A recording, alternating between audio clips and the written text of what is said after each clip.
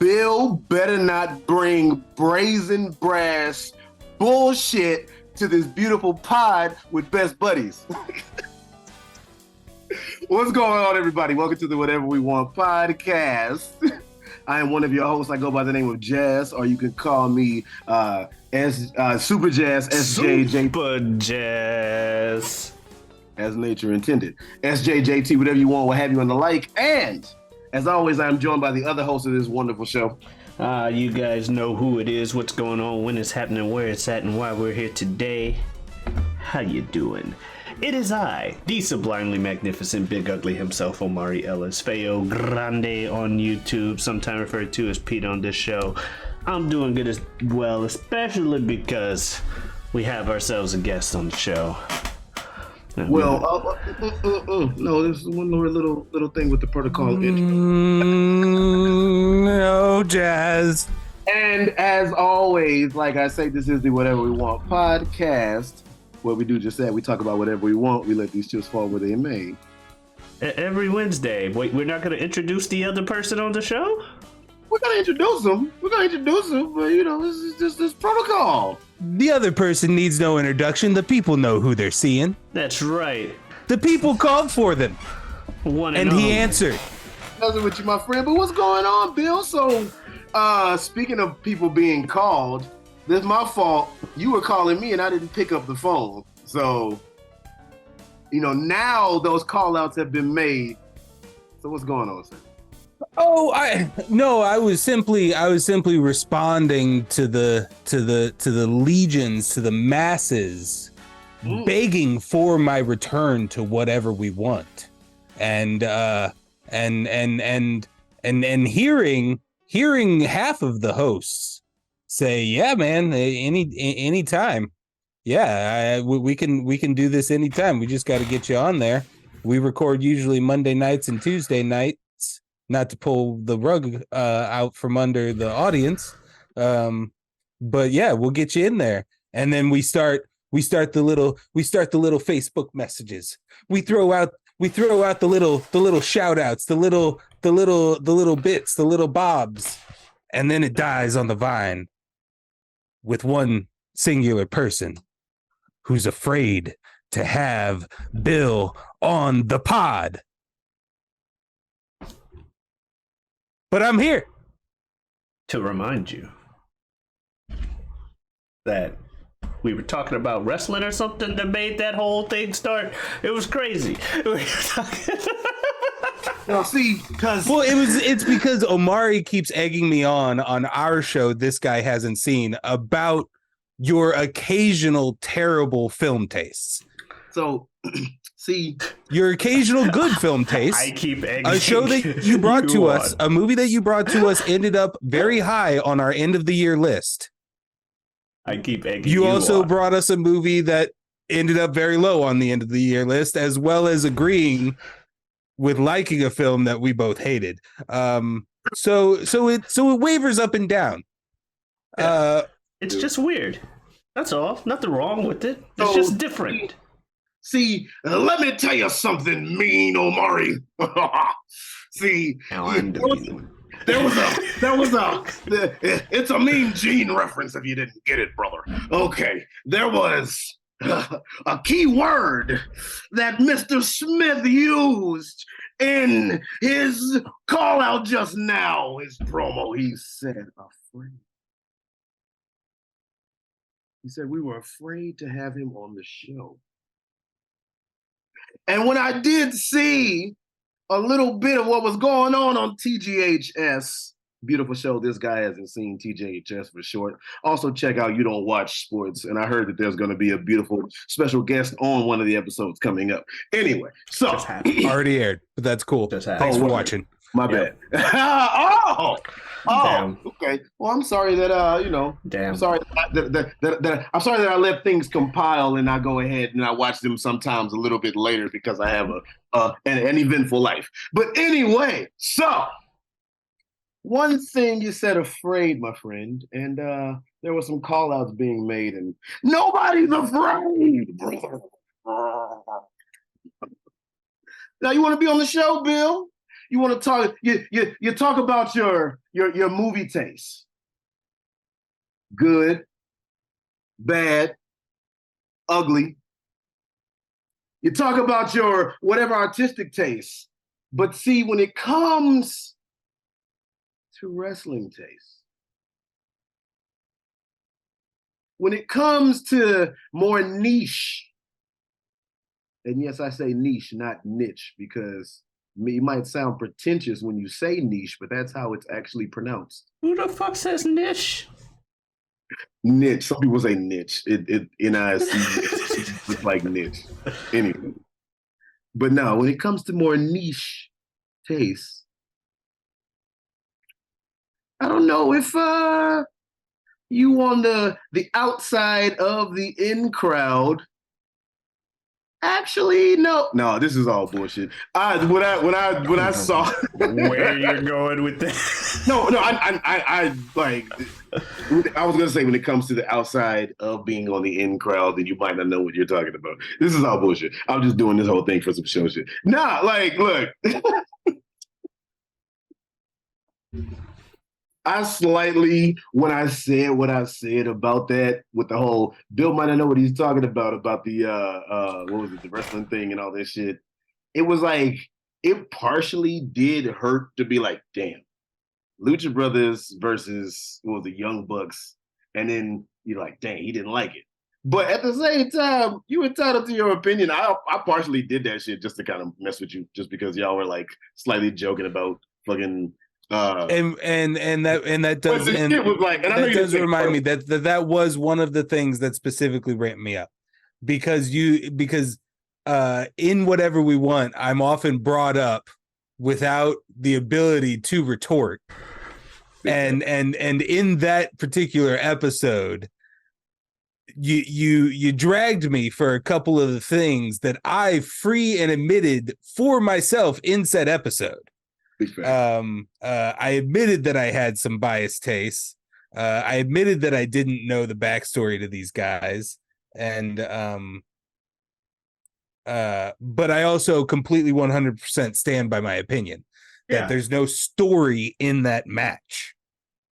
And for me, I'm like there is like that's a spot fest. It's a spot fest, and I will take two big sweaty dudes staring each other down for 20 minutes and smacking each other in the chest.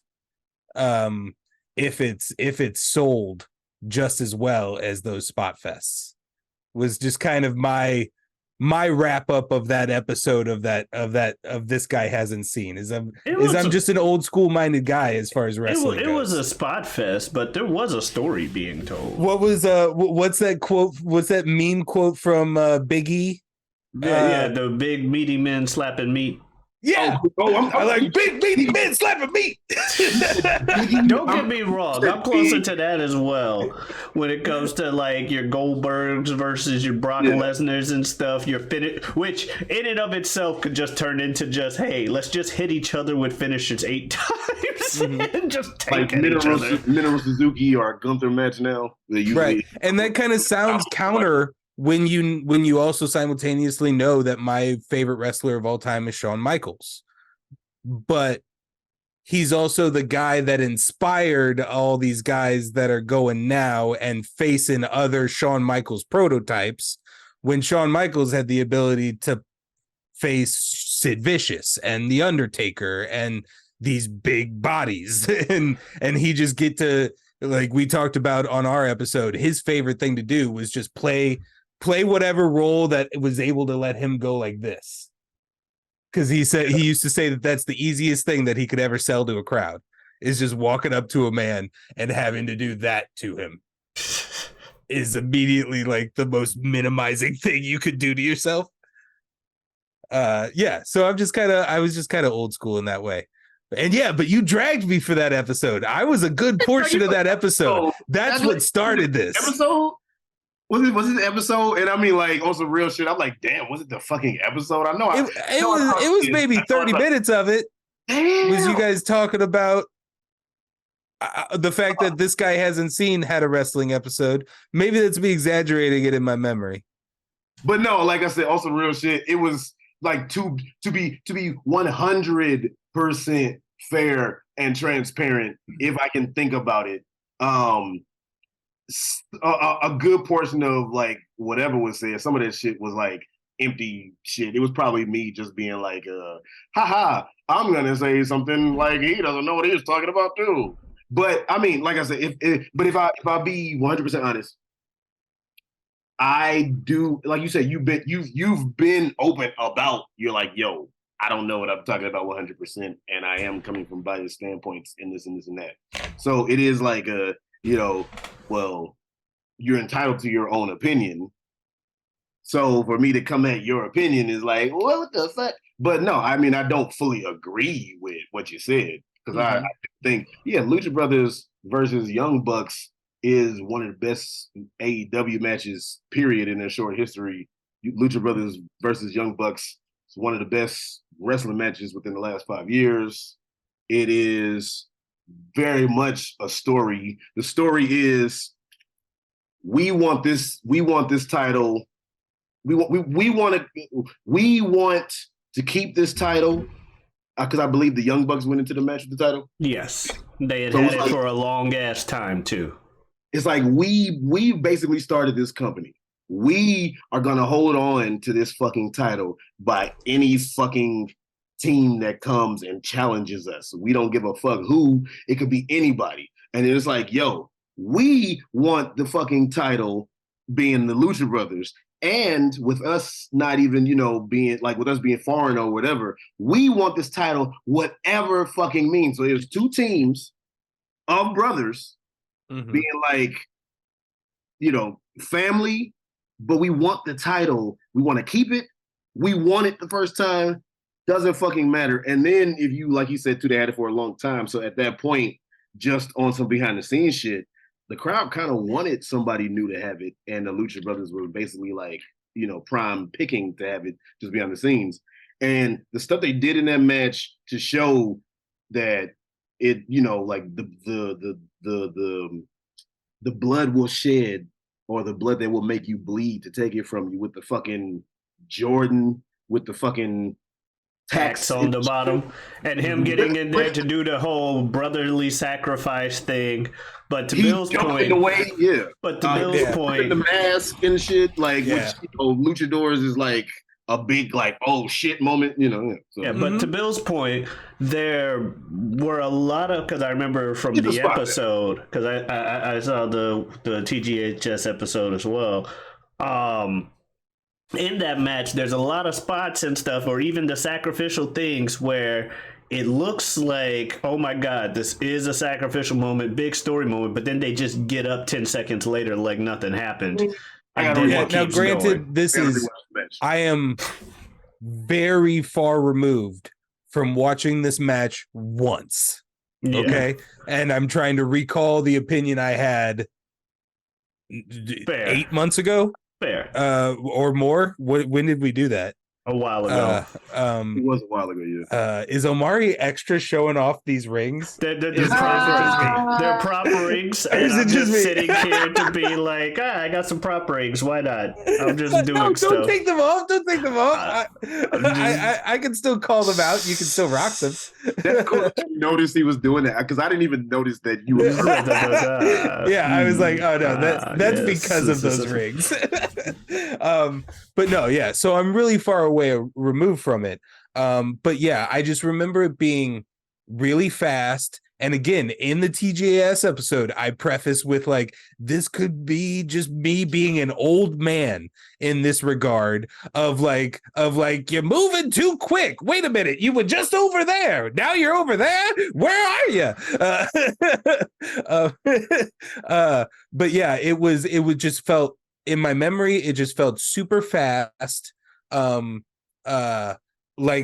Omari just mentioned, some of their big impact things just weren't sold enough, but I also understand that that's just kind of a product of modern wrestling, because everything has been escalating forever. Back in the day, just a vertical suplex was a career killer.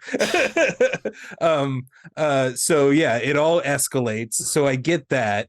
But yeah, for me, it was just like things weren't being sold enough. And I can't get a lot of what you said through the match. Mm-hmm.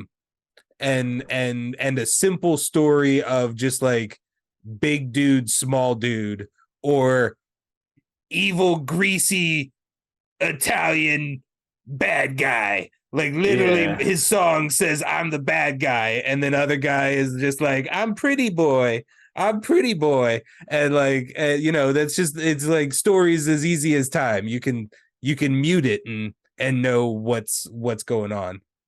I Also, mean, a lot of their stuff, like obviously wrestling choreographed, blah blah blah. But there were a lot of moments in that thing where it's like, okay, and this is a yeah, because not a so much problem, of but a wrestling for me, flaw. as I feel like both of you would appreciate, so much of wrestling for me is the acting and the improvising. Yeah.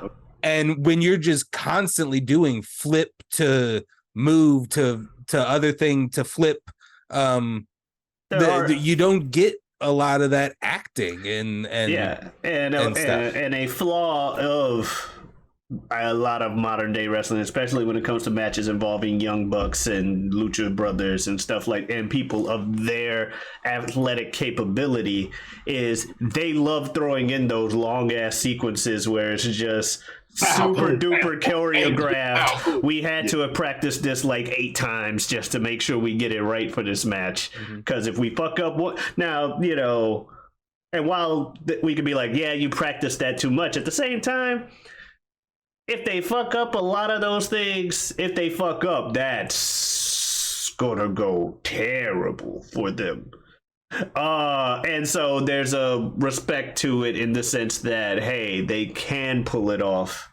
They made sure they can do this as safe as possible and so and stuff. Because these people, they will take some bumps. In AEW, you talk about escalation. They fucking love just escalating. Escalate some fucking some spots. All escalation wrestling.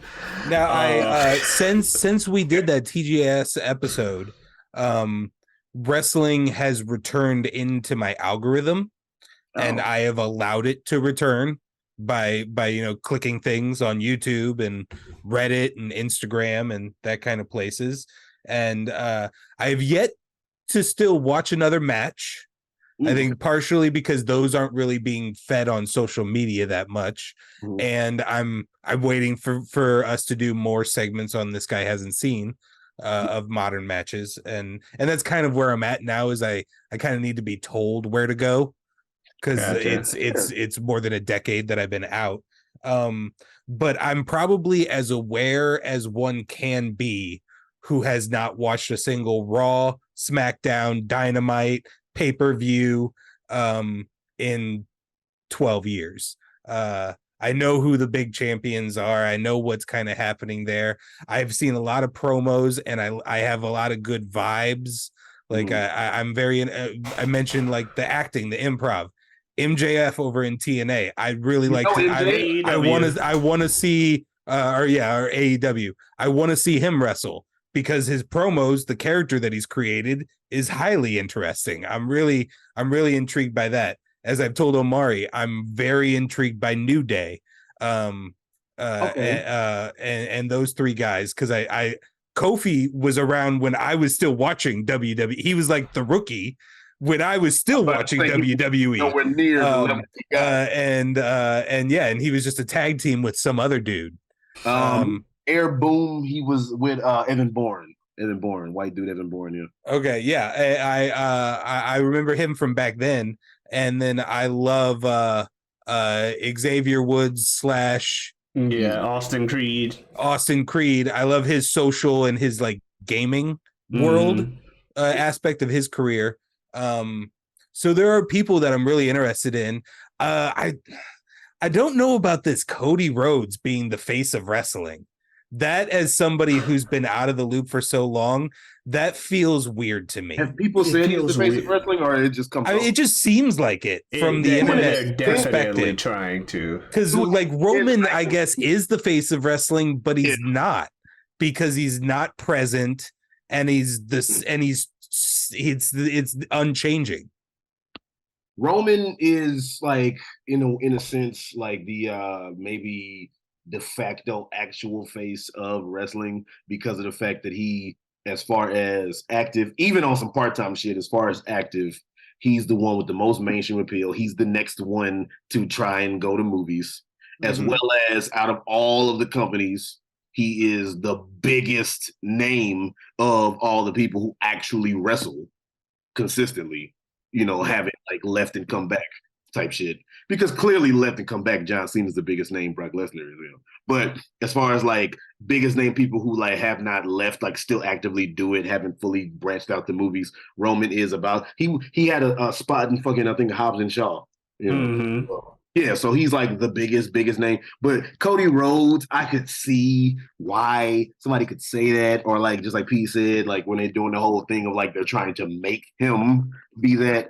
I'll say this: if you look at Cody from honestly around the time where you probably stopped watching to now, it is such leaps and bounds. Granted, he was much younger, but it's such leaps and bounds from someone who was clearly a rookie who loved the business but wasn't sure where to go to someone who is like, I have all hold and have staked my claim in exactly knowing how to navigate through this business. And it like it really does look like, even from the fact that, the man wears a suit now everywhere he goes. It's almost like he like takes his suit. I don't love the suit bit. No, the suit bit. I love the suit bit. The suit with platinum hair. I'm like, no, like also, can my heavyweight champion have a lisp? I don't know if my heavyweight champion can have a lisp. Does he have a lisp? Dusty Rhodes. He has a little bit of a lisp. Have you never noticed Cody Rhodes has a lisp? Oh.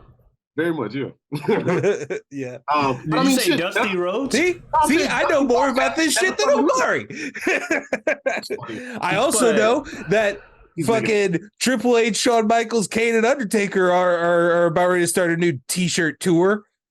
Well, Triple H, Shawn Michaels, Kane, and Undertaker came back for a fucking match, and you want to talk about looking like old men? Yeah, I just saw that on YouTube today when I came home from work. Like that's bag. I feel bad as a fan of these old men. Oh, I think they covered that in the last ride. They all simultaneously have new T-shirts. Like they all have individual T-shirts, and there's a new Brothers of Destruction T-shirt and a new D-Generation X T-shirt. So let's go out and let's do 5 spots and sell these fucking shirts. Like, oh my God. But if you say 12 years, so you probably stopped watching around 2011 then.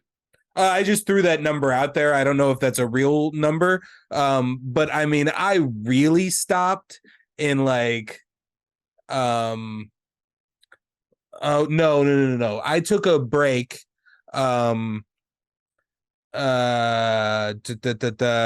What are years? Let me do championships. I took a break right when Stone Cold kind of took his first big break, and Rock took the belt for a while. I was kind of out of it for a minute.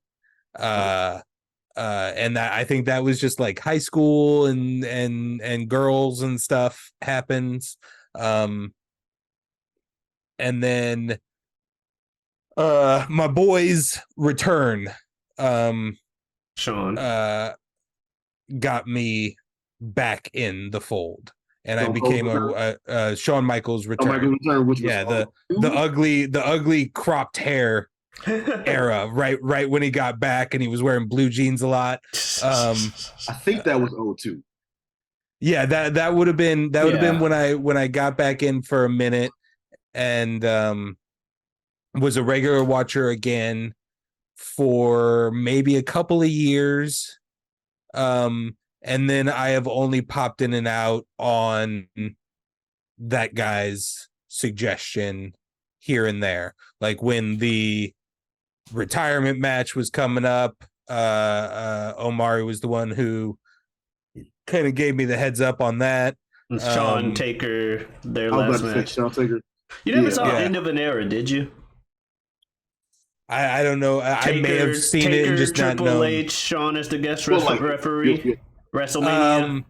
I watched all of Last Ride, which I think that was heavily featured, or not Last Ride. That was the Michael Jordan one. No, What was the Last Undertaker Ride, version? Last Ride. Oh, okay. Last Michael Dance Jordan was was Jordan. Last Dance was Jordan. Yeah. Yeah, I think that was heavily featured in Last Ride, but that would have been all I watched of it. I don't think I watched the actual match. Fair enough. He might have mentioned it as, I probably should have retired after this match. I know I watched a match where Sean came back and he hated himself for it. Oh, yeah. That was Everyone involved in that match hated themselves for it. Okay, I did watch that match then. So Because I saw it on Last Ride. I saw them talking about it on Last Ride, and then was like, all right, now I gotta go pull this up. that was I the think- match. No, I believe. that's not what I was referring to when I said end of an era. Oh no. But Okay. no, end of an era was still, the streak hadn't been broken yet.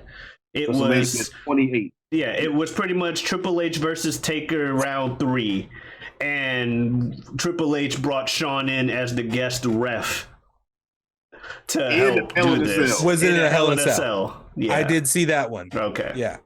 It was an amazing match. Because No, on the TGI, weird plug for fucking Peacock, but on the TGS wrestling episode, I discovered that a Peacock subscription gives you access to literally the entire WWE library. It's insane. it's gorgeous. Every Raw that's ever aired, every pay-per-view that's ever aired. So yeah, I went through, there were several Saturdays where I just spent like 6 hours going back and watching my favorite matches and Shawn Michaels matches that I never caught during my blank gaps. I watched the entire, because they also format it really well, and they have like rivalries in like little categories that you can select, and it just lines up the matches. So I watched like an entire Triple H Undertaker rivalry playlist that included those 2 or 3 WrestleMania runs. Yeah, so I've consumed a lot of wrestling, but I'm still not touching my toe in anything. Like, I would say probably, other than those legend retirement matches and things like that, 2010 forward, I haven't seen a single match. So what was I gonna say? Oh well, I was gonna say first off, yeah, the match that you were talking about. I think that was it Super Showdown, where the 4 of them came back after Sean's career was supposed to have ended, and he stayed away. Something in Saudi Arabia. Yeah, there was something where he was really bad and sloppy, and I've seen a behind the scenes feature on it. If it was in Last Ride or something else. Last Ride, that was one of the things that he was talking about that everybody in that match regretted. Dude, Kane's mask, like full mask. He comes like his mask falls off within the first like minute or two, and he's like trying to hide his face while he goes grab his mask. It was like, dude. And they want to go do it again years later. I mean, they looked in, like, Hunter and Sean looked in great shape. They always come out looking in great shape. Well, Hunter, but Hunter's got a lot of deep thing. I'm about to say he plans on getting back in the ring, because I thought he literally can't unless he risks fucking his heart exploding. Yeah, I thought he was taking a step away because of what he said, because he had like I think more than one heart attack, didn't he? He definitely had. He's got some heavy heart issues that made him have to step back. Maybe it's like, I don't know. There's ways that you can do like a no holds barred match where it's actually safer and less harmful on your body than if you don't do any crazy like Hardy Brothers shit. Then it's like the old school kind of backyard brawl match where it's just you're really just dragging them by the hair to different things and like face planting them into things, and then you're walking to another thing and like But, as somebody who was shout out to Big Bro, shout out to Ibn for winning tickets to WrestleMania 26 and being there live for the street. Oh, that's awesome. I don't know if I've ever won anything like in like a raffle sense, especially something that huge. Side note on that story, he won the tickets because he said he was on like WWE.com or some shit one day looking at something and it said like, click this to try to win tickets. He was like, man, I'm not gonna win this. Who gives it? Whatever. And then we ended up winning and they like flew us down for the weekend, held us up, got tickets, and then flew us back. We just had to get our travel and our food while we were there. That was fun. But based off what you were saying, having a wrestler who can't really wrestle be in a match, I was there live for another match that was early on in that show, which was Bret Hart versus Vince McMahon, which is considered one of the worst WrestleMania matches of all time. And another one I watched in my Peacock ventures. The excellence of execution has had some strokes over his years and can't go like he used to. So they had to work around it. That match, if you think it was bad watching it, live, we were there like, Bret, we love you. This match is still going on? What's the fuck? That match did go too long.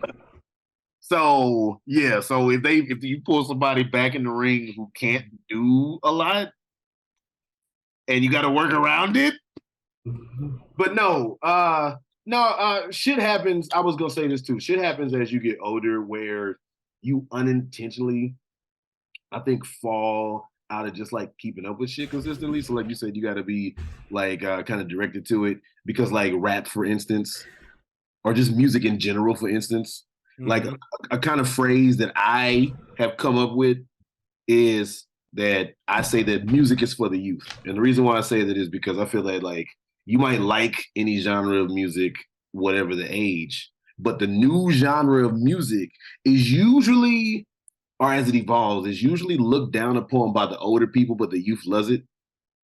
Like you got trap rap now. Yeah. Where everybody's like, what the fuck is this? But the youth is like, you tripping, this shit is bumping. Jazz with two Z's. But no, when jazz music first hit back in the day, they were like, don't play this. What is this? Oh my God. They were like, oh, like, you don't understand. It's got a beat to it. And they're like, no, play the classics or like the big band. So I think that it even happens with anything is just as you get older, I don't know, like I'm kind of writing a little bit to a song like right now. It just so happens. And the first line is, at what point do we begin to feel jaded? And I was like no longer elated with things and how we placed it or something like that. Because it's just like as you get older, you just kind of, I don't know, maybe you get, me included, you get caught up in the hustle and bustle of trying to fucking stay alive. Yeah. That you lose wanting to like really follow shit. I don't know, man. Mm-hmm. No, yeah, it's there's something to the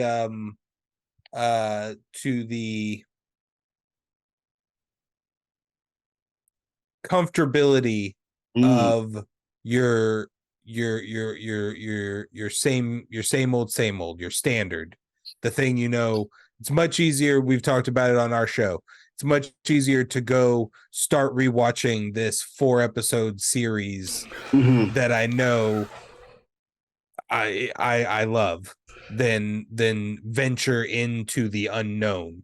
Venture into the unknown. When I pull up my Spotify, it's much easier to just go to the 3 main playlists that I have compiled secretly, that my wife compiles. She has really good music taste, and I don't have anything on music end. I still listen to everything I listened to when I was 15.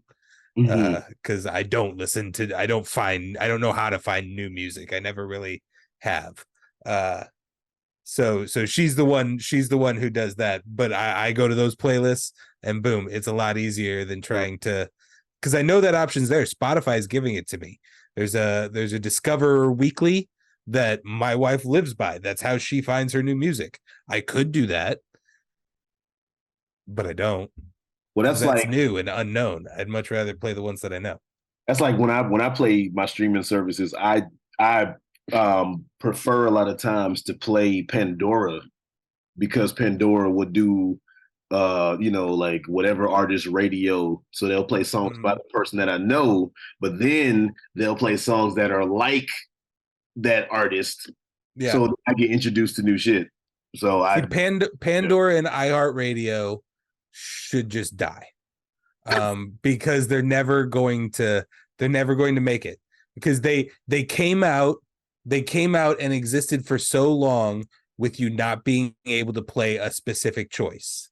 Yeah, and everybody is like, but you can do that now, and it's like, yeah, fuck off.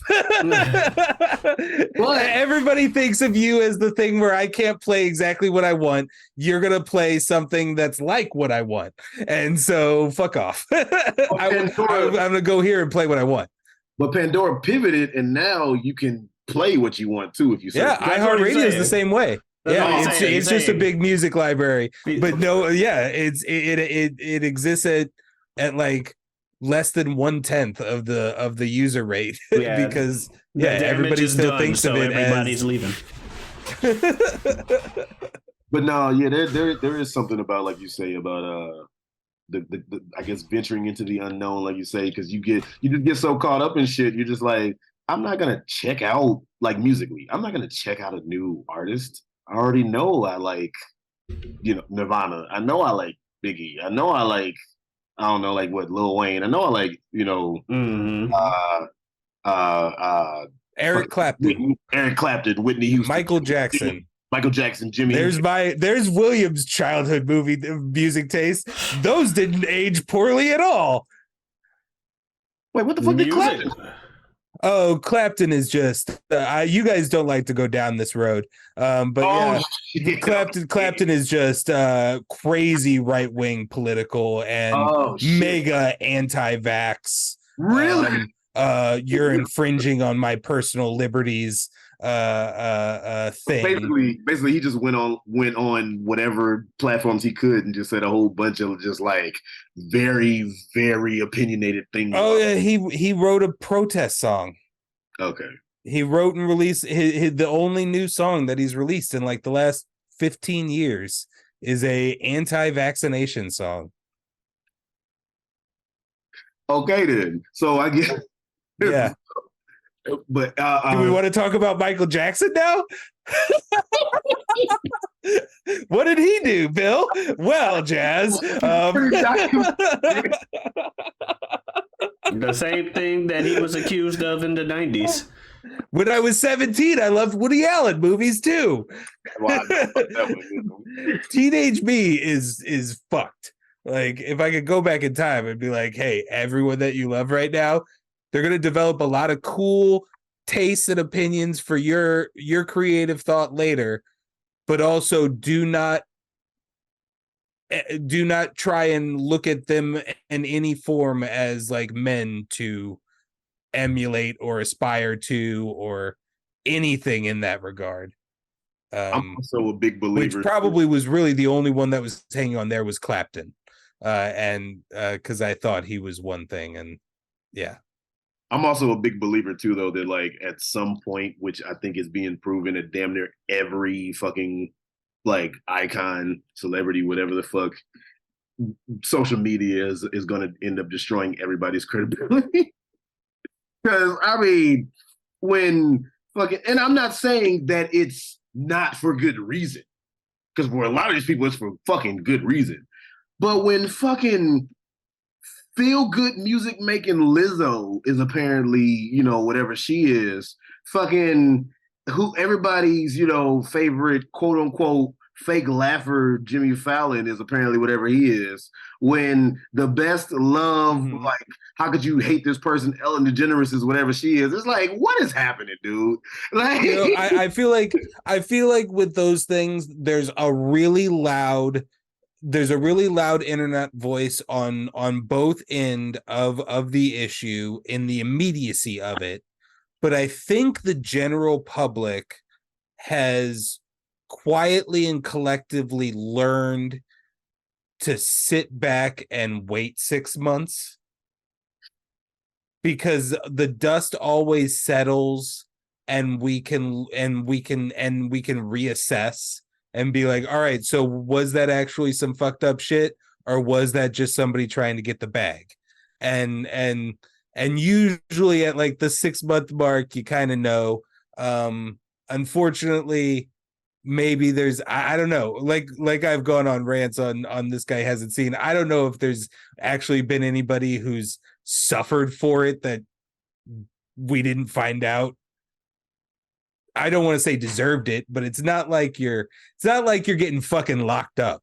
Oh my God, you're not allowed to make millions and millions of dollars anymore making art. And I mean, if you really look at it too, and we like, I guess we're like teetering around going down that road, I guess. Right, whatever. like, but as soon as they have Bill on, shit gets controversial. But no, if you really look at it too, though, it's just like, you know, whatever does happen to people, unless they did some seriously heinous shit, which some people do. Most people, you know, like you said, after about 6 months or so, it just ends up being damn, you're kind of a dick. But then, you know, you keep pushing. Yeah. So you don't get to make literally like fuck off forever money. Oh my God, how terrible for you. You might have lost like a fourth of your. Yeah, you're still gonna, like, Kevin Spacey's still gonna never have to work a fucking office job ever again. He's good. He's just, oh my God, you're not gonna get to make international films anymore. Somebody else is gonna have to be the actor there. Oh no, how horrible. So yeah, like at the end of the day, I'm usually like pretty good on those. They don't, like, I'm like, yeah, he probably fucking deserved it. And it's not like he's going to jail or he's dying or anything. He just has to sit in his multi-million-dollar home with all of his friends. And now he should go to jail, though. Yes. Some of them should. No, he should, because it was proven that he was actually doing the thing. Who was? Oh, Spacey. Oh, yeah. Well, I threw that one out there. I don't really know the full details. I thought he actually ended up getting exonerated in some capacity.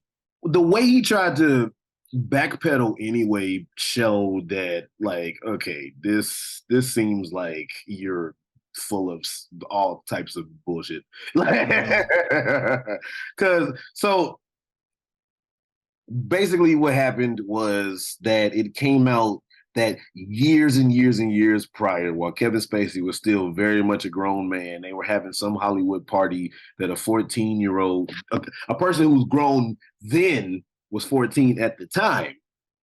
And Kevin Spacey, like, basically tried to, you know, have his way with him and, you know, some sexual advances and all type of whatever the fuck type shit. And the dude, like, you know, comes out like, now that I'm grown, I'm gonna like let everybody know that Kevin Spacey basically tried to, you know, touch me, assault me, whatever the fuck, and all this stuff. And there were several others that came out around that were like empowered. Like I remember the guy from Rent. Okay. With the white guy with the blonde hair and the glasses. From Rent, he came out with some issues he's had physically with Kevin Spacey and advances. That's the other thing. A lot of these things, they're not necessarily illegal. It's like it's just like it's like societal wrongs of, like, you're clearly someone who is a person who is in a person of power over the other person and the position you're putting them in. And like, you know, is it actual romantic courtship, or is it meet me in my hotel room if you want this part? Well, like, I agree with you on that, but the being grown as hell and trying to hit on a 14-year-old and like, oh no, yeah, that's absolutely 14-year-old. But yeah, I'm saying like just a lot of these people who are getting canceled for like Hollywood impromptus. Like it seems like Harvey Weinstein actually made some physical assault things that you could charge somebody criminally for. I'm just saying that some of these things are worth cancelization, and they're not necessarily things that you would send to jail for. It's just like things like, yes, technically this 20-year-old woman who's brand new to LA and clearly a inferior in your business consented to this act, but let's paint the full story of what that act was. Was it a romantic courtship, or did you call her agent and have her come over to your house? Or like, and then like shock surprise her with, hey, here's some wine. Hey, here's this. You really should take off that, that kind of thing. And then like, if you're a rich, powerful Hollywood person, or if you're Louis C.K. and you are one of well recognized as one of the top 5 stand-ups in the world, and you're just some touring female comedian who's trying to make a living and pay her rent, and Louis C.K. is like, I'm gonna masturbate while we're on the phone together. Is that okay? As that woman wrote in her little thing, like, yes, I said yes at the time, but like, what was I supposed to do? I thought I was being a team player. He's so good. And then I'm not saying that he's like whatever about it, but it's just like, oh, he's so good. His bit in like his, like, not the special right before the shit happened, but like the one before that, he did a bit on just the concept of time passing. Mm-hmm. That was so fucking brilliant. I was mesmerized by the concept of this bit. It was so good. But well, then okay. I don't know how I feel about it. Like, it's not that I'm telling anybody to not go watch him, because he seems like he's attempted to make some, and he's attempted to make some repentance. But I know at the same time, like, he'll do a podcast where he's being super open and wanting to talk about it and be repentive and stuff, and then he'll do a podcast where he cracks jokes and kind of victim blames, and so it's a blah blah blah. I personally can't listen to Michael Jackson without thinking about Michael Jackson the person anymore. I personally can't see Louis C.K. stuff without thinking about the weird person that we all know Louis C.K. is now, of jerking off into plants and shit. Like, that, I can't not think about that. The biggest thing with Louis C.K. is that he made what made his stand-up so good, like you said, was it was smart, but it was also like he would say some like outlandish ass shit, but it was like, oh, but you're joking. And now it's like, oh, fuck it, like, is he joking? Like, that's what it was. It's like, oh shit. Because shit, Ibn used to say a lot of times when I started discovering Louis C.K. when he first started, like, really started to get big, like, you always talk about that dude, man, goddamn. But it was like he had some like really good shit. He was one of my favorite stand-up, like, and then but like, I loved Chappelle. I loved Chappelle. And then that second Netflix special, he does his trans bit, and I understand that there are segments of the trans community that have come out in support of that bit, but from the way I took that the night that I watched it, and it was before I even had heard about the internet uproar of it. I'm just a Chappelle fan who's excited about the Netflix drop, and I tuned in like night 2. And that bit feels like yes, you're allowed to joke about everything. I will support that in theory.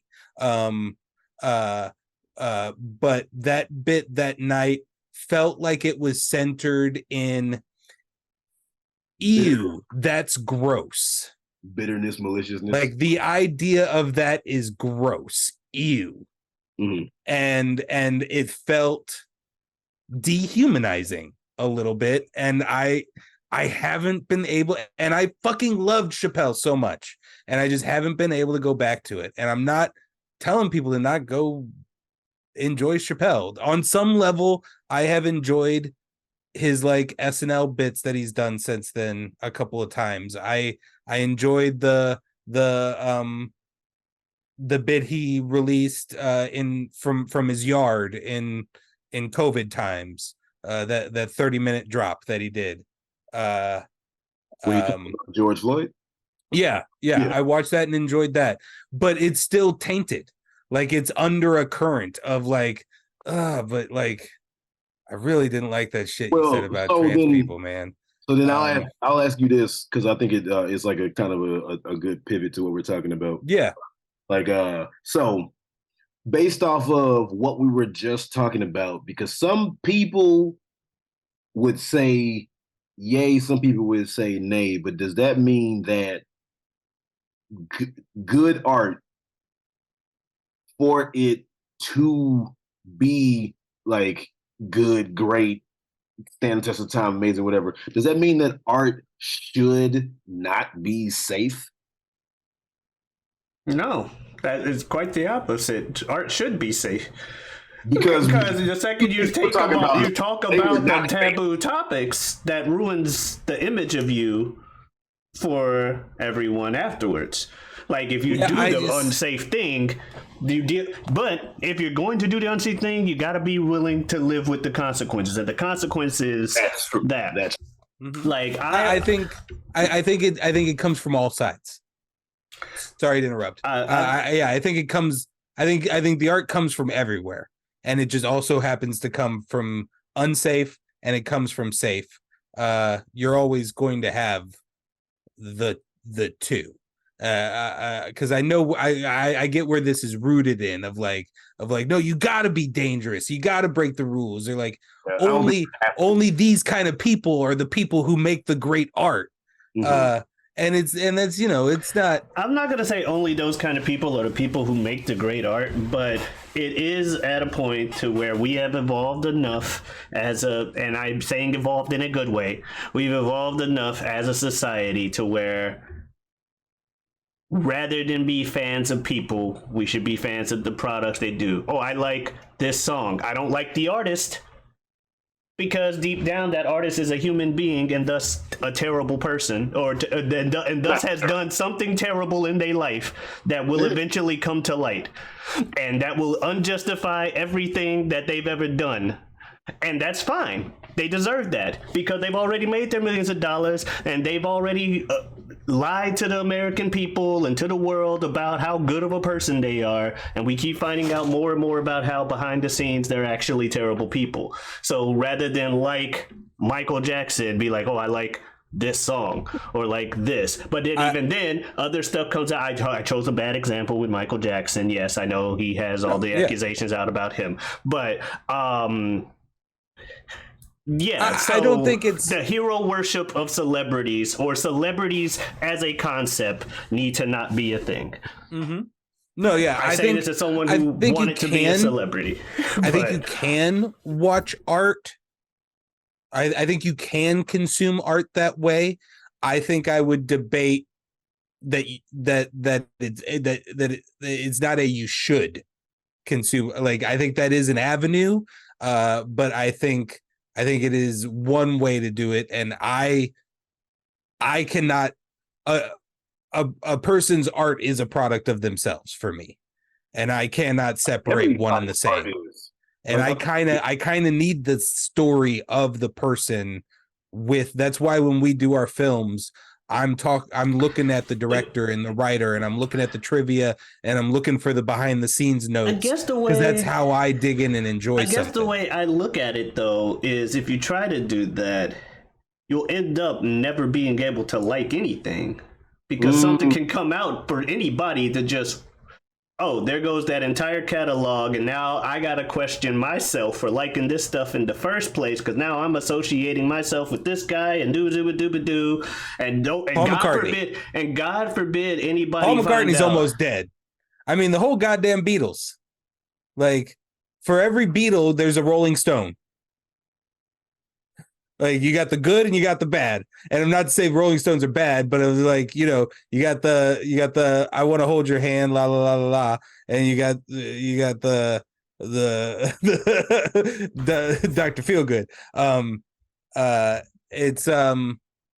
I would say there's art out there from artists that aren't like there are people out there creating art that you can emulate that have I mean, and there's some that are still alive that still have time to fail us, but like I don't want to say we don't. It doesn't even matter if they're alive. We don't emulate they could be dead for 10 years.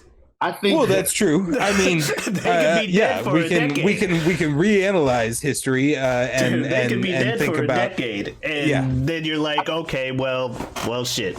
They could be dead for hundreds of years. I think both of y'all 100 years. Andrew Jackson.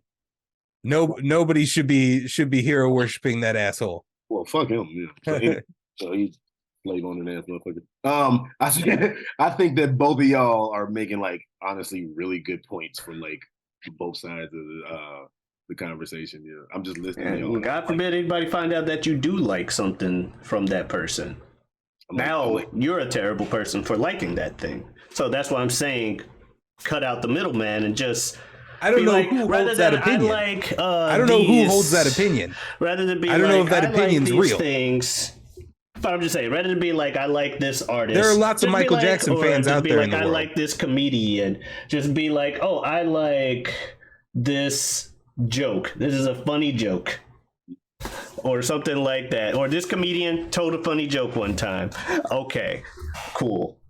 Rather than be like, I like this comedian, because you just open yourself for the disappointment later. So you're saying that's the way it's going, because as we keep going with the stuff, we discover more and more about these people and who they really are on the inside and how terrible of people they are.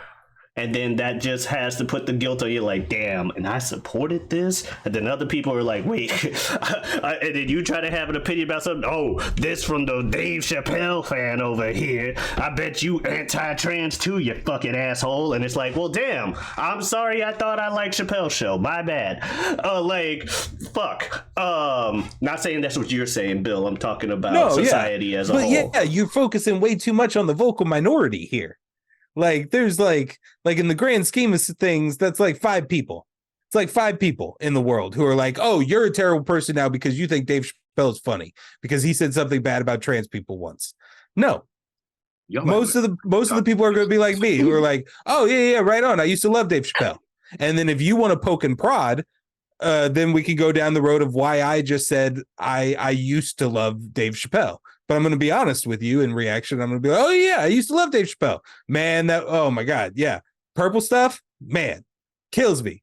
Yeah, that's and the vocal minority is going to be like, oh, so you must like child molesters since you listen to Michael Jackson music.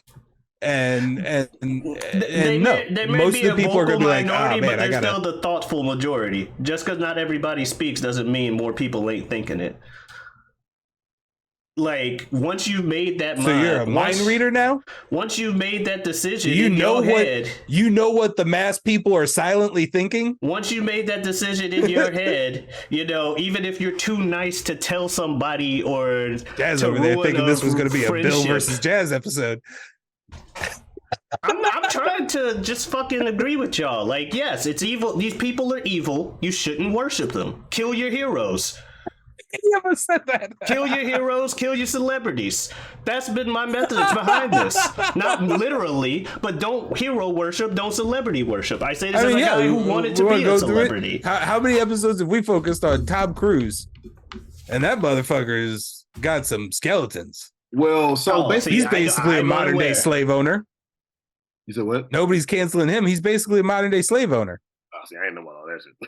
Entry-level Scientologists basically work as his slaves for like a 6-month stretch, and then they get cycled out. Well, basically what I'm hearing though is like I'm hearing that like on one hand, not a literal slave owner. Okay, I'm like, well, I mean, they're just because they're unpaid interns. I mean, yeah.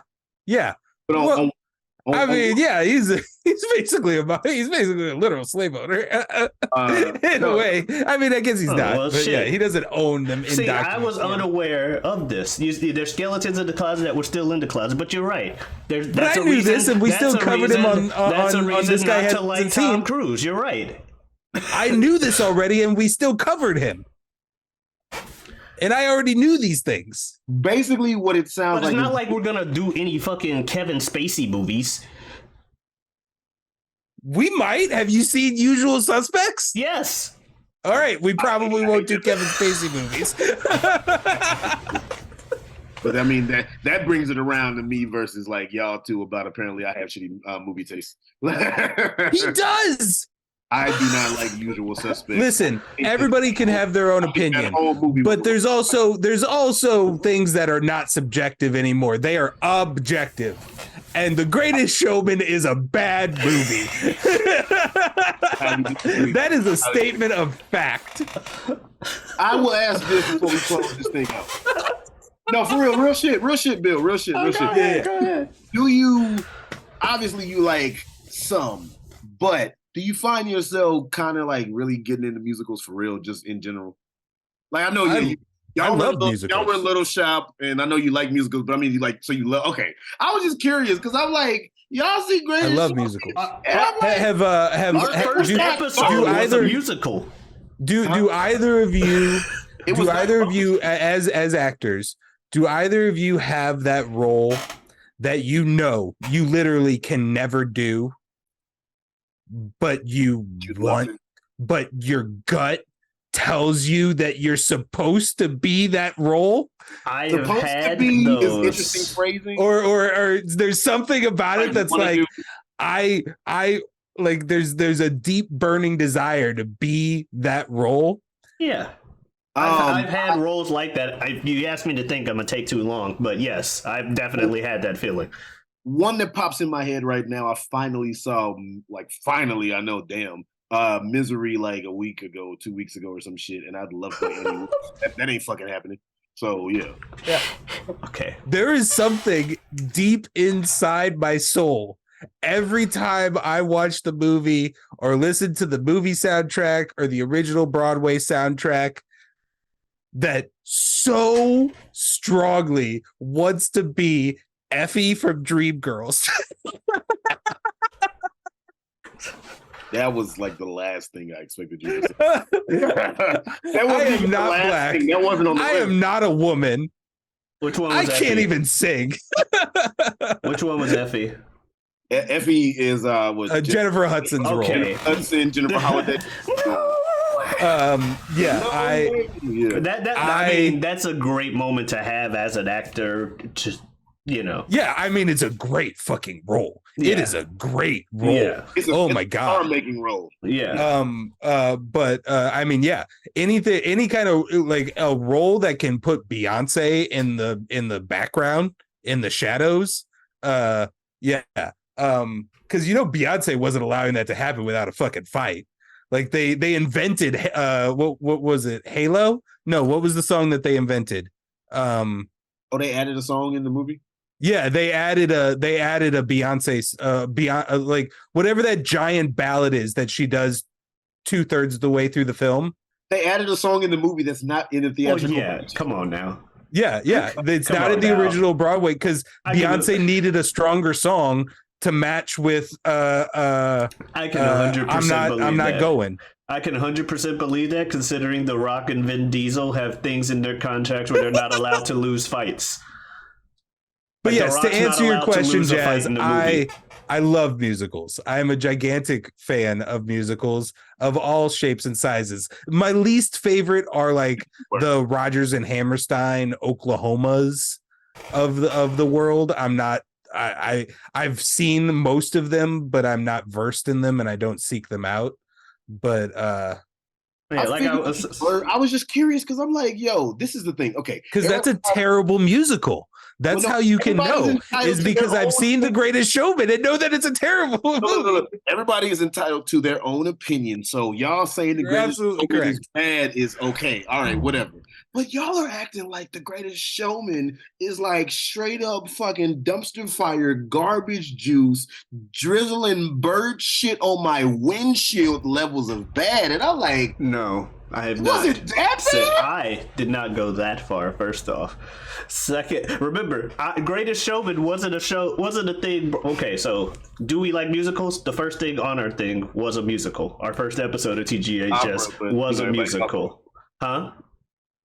It's my shitty takes again. I said opera, but everybody calls it musical. The first thing we did was a musical. The Greatest Showman was not a suggestion on our channel by you. It was a suggestion by me. Okay, so to be like, this is the drizzliest drizzle of shit. No, I went into it saying that I remembered it favorably.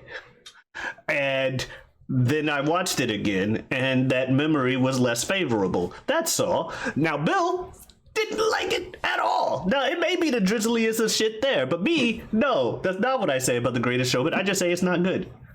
Especially because for a musical, when you have bad sound design, that's a strike. I haven't rewatched it since. I need to just rewatch the motherfucking movie and see And I if suck at pointing out sound design So stuff. if my memory serves correctly, it is not all of the adjectives that you just listed that we are proposing. Damn. But it is damn close. Oh, see, it is the worst thing we've watched on our show. It's on the list though. Jazz, it is not the worst thing What's we've the worst watched on thing? our show. One is also there. No. no. Dude, the movie. Okay, so for all of this, all the shit we're giving Fucking you, hilarious. like I said, it's not the worst thing we've had on our show. The Ice Cube movie is the worst. The Players is the worst Club. thing we've seen. The Players Club. Yeah, I haven't seen. I was too young when Players Club came out. Everybody. Yeah, Players Club. The Players Club was one of them. What was the other bad thing from this season? Something pretty recent. Hostel. Will probably be up there. Yeah, something recent. Yeah, that movie. Yeah, I probably am gonna rank that below Players Club in all honesty. Did that come out yesterday? No, yesterday was The Craft. Oh, okay. It's next week. I just need to come. It's next week's episode. Next time. So I Spoilers can say for the whatever we want I listeners. can't say You what the always name say of whatever it it is. It's But no, Hostel. Hostel. Oh, I didn't want to see that. I Saw was like my favorite movie for like ever. Like straight up, the first Saw was like my favorite movie forever. I liked Saw. the second. That's one. why I was same. coming in hopefully with an open mind for I Hostel. didn't want to see Hostel because everybody says Saw is just torture porn. It's like, okay, it might have started. No, okay. Hostel is torture porn. But Saw was like had a fucking story. Plot holes out the ass, but it has a story. Hostel Spoilers. looked like Spoilers for our episode of Hostel. I shout out Saw and specifically say there are elements of this movie in Saw, but Saw is also a detective film yes. on top of it being this body horror film. Hostel looked like they just did it just to be like, hey, look what we could do. Yeah. Hostel is just malicious and gross. And I as agree. I say in our episode coming up, whoever created it has a problem. Like the Eli Roth needs to be on a government watch list I will agree. because that fucker's gonna do something someday if he hasn't already. Oh god. It has a story too. Shut up. A bad one. But yo, no, I know y'all like musicals. I was just like, damn, they fucking hate this movie. This fucking So no, yeah, what I was gonna say is it's I think it's pretty bad.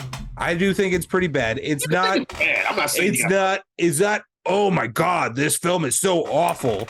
I just think it's pretty bad. It was the bullet points of the film.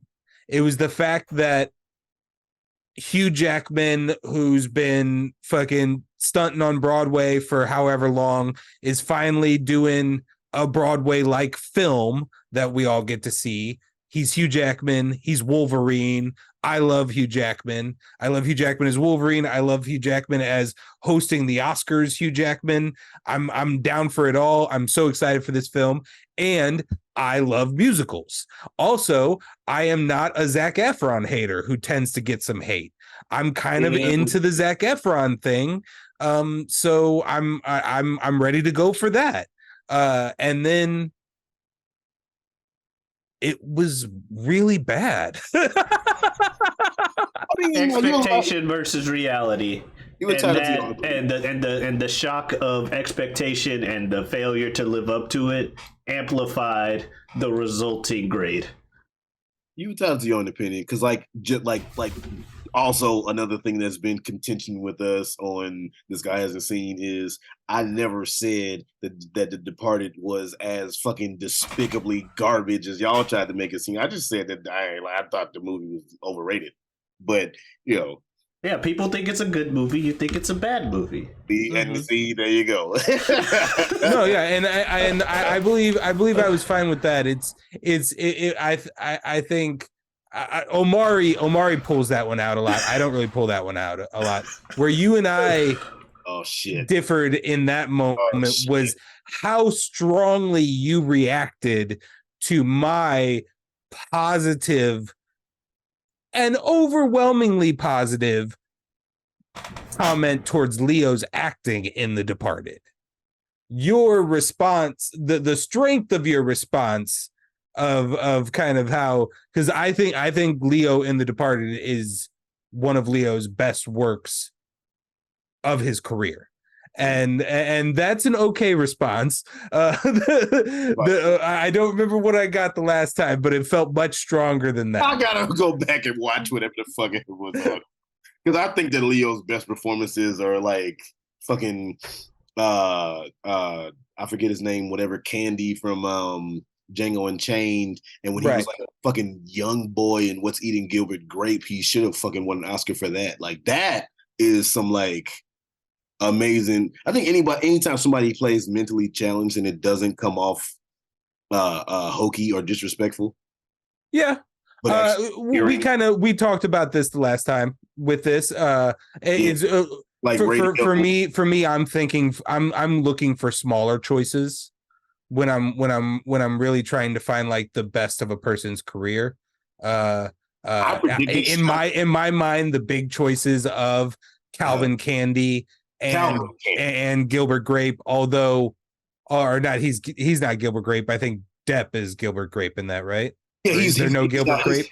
No, he's Andy. That's his name. Okay, yeah. It was just or playing a mentally challenged, a handicapped person, are just larger choices that, although he did well, maybe in a way I'm saying could be easier than I feel like the subtleties that he's portraying in The Departed.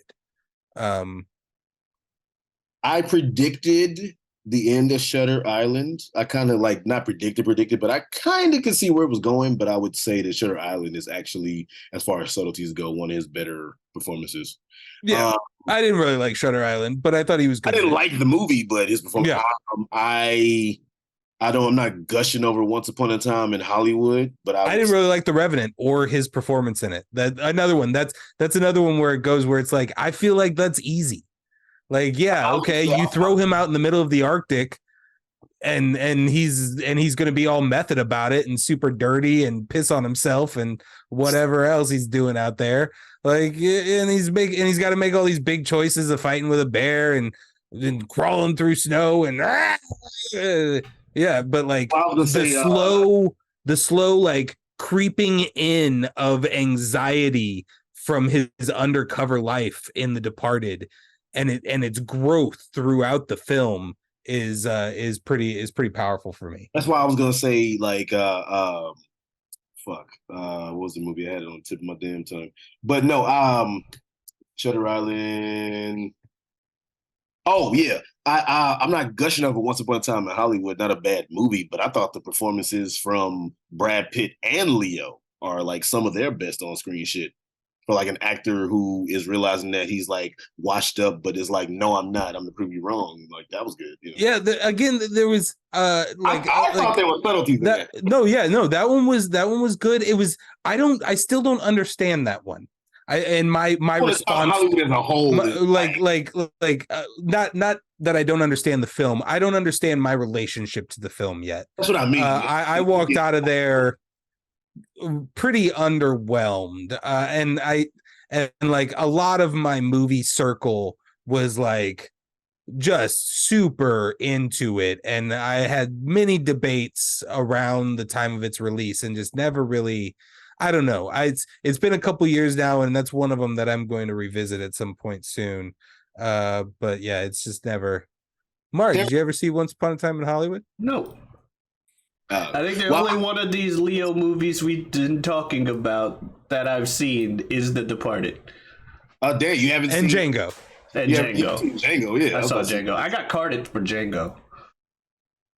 They didn't believe. Yeah, I was 30. I was 30.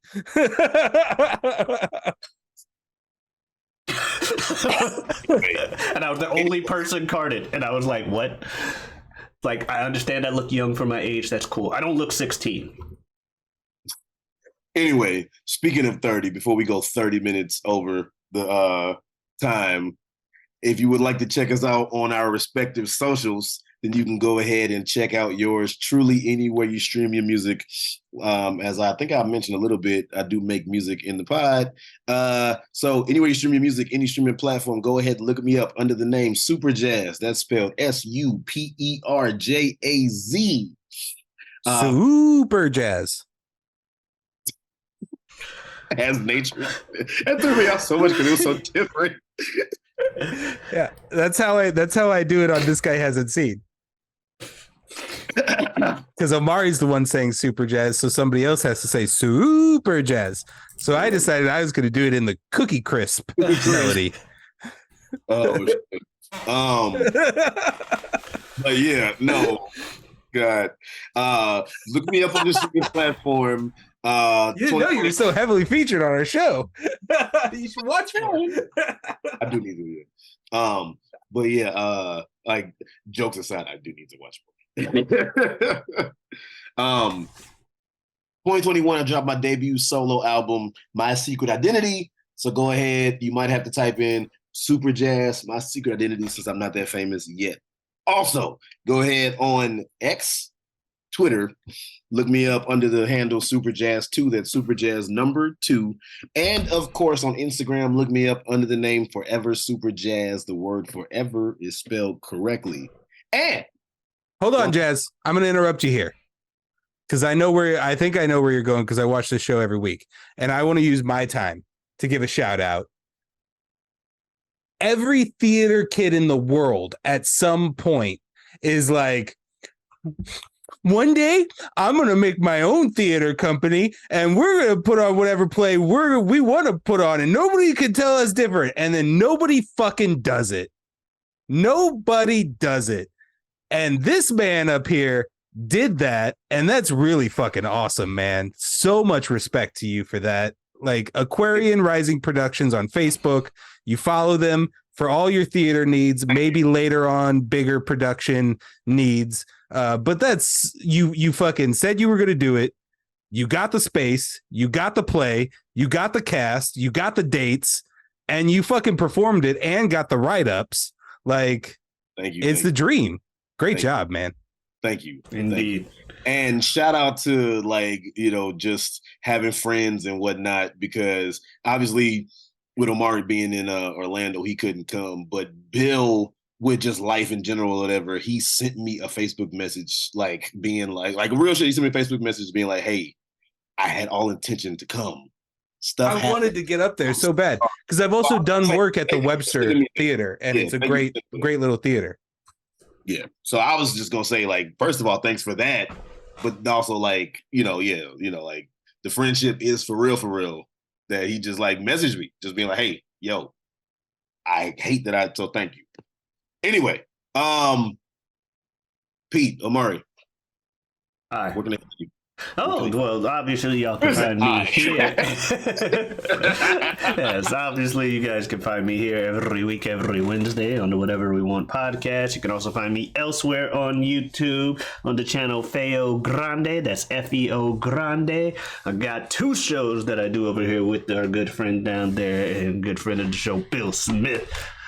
One This Guy Hasn't Seen. You might have heard us mention it once or 50 times this episode. We talk about movies back and forth that one guy has seen and the other hasn't. Sometimes not Bill just movies. Here, I always say shout out to Bill. Sometimes it's not just movies, Sometimes it's anime. Sometimes it's a freaking one-man show where he talks about the philosophical ways one views themselves. Have you seen In and of Itself, Jazz? No. Dude, you gotta, if you don't do anything with your life in the next 5 days, if you've got an hour and a half of free time, find a way to watch In and of Itself. It's worth the watch. Because y'all have a review of that up, right? Yes. Yeah. Okay, so I got it. Okay. You don't even have to watch our review. Well, no, I told you I need to just watch these movies. If there was one thing that we have covered that I would recommend anybody and everybody to go watch, regardless of your taste. I would try and convince you to watch it in and of itself, just because I thought it was so thought provoking. It is a very thought-provoking movie. We also have a show. As you see, my man's got on the Cardinals hat. He likes him some baseball. We likes us some sports around here. If you watch the show, you might know I have a little bit of an affinity for liking sports myself. Neither of us are experts, but that's why we got our show, You Don't Watch Sports. We have that every week, every Saturday. This just past Saturday, we had another good friend of the show. It's a time for guests all around. Ibn, the man they call Ibn, the big bro. Shout outs to the big bro, or Jazz's big bro, as it were. Yeah. Came through, was a great participant, filled in Omari's mighty shoes pretty well. Came in with a crazy NFL postseason hot take that you're gonna have to slide over to the channel and check out to find out what Ibn said about the NFL postseason. Indeed, I like that. It's a nice way to word it. I also have a Twitter. That's right, Twitter and Twitch. That's Giotavi. That is Giotavi. Come on in. Stop on by. Billy, I know you did the one shout out. You got anything else you want to tell the folks out there? No. All right. Well, Jazz, I believe. Well, Goes back to you. First off, I was gonna say to anybody watching, listening, whatever, all the call outs and all of that stuff.